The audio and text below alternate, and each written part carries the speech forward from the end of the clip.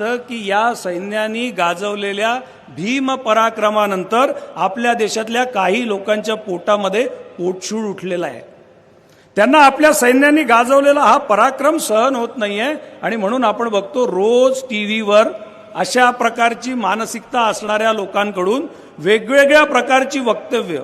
कोणी म्हणतो की ऑपरेशन सिंदूर फेल झालेला आहे, कोणी असं म्हणतोय की ऑपरेशन सिंदूरमध्ये चीनने पाकिस्तानला जे ड्रोन पुरवले 15,000 रुपयाचं ड्रोन होतं ते पाडण्यासाठी भारताच्या सैनिकांनी 15 लाखाचे मिसाईल वापरले।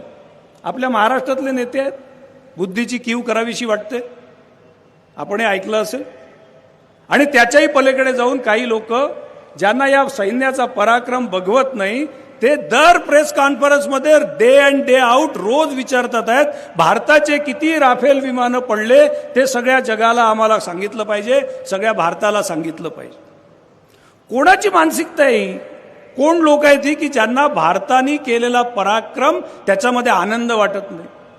ही मानसिकता आम्ही सगळ्यांनी ओळखली पाहिजे। या मानसिकतेच्या मागे कोण चेहरे आहेत ते पण आपण सगळ्यांनी ओळखलं पाहिजे।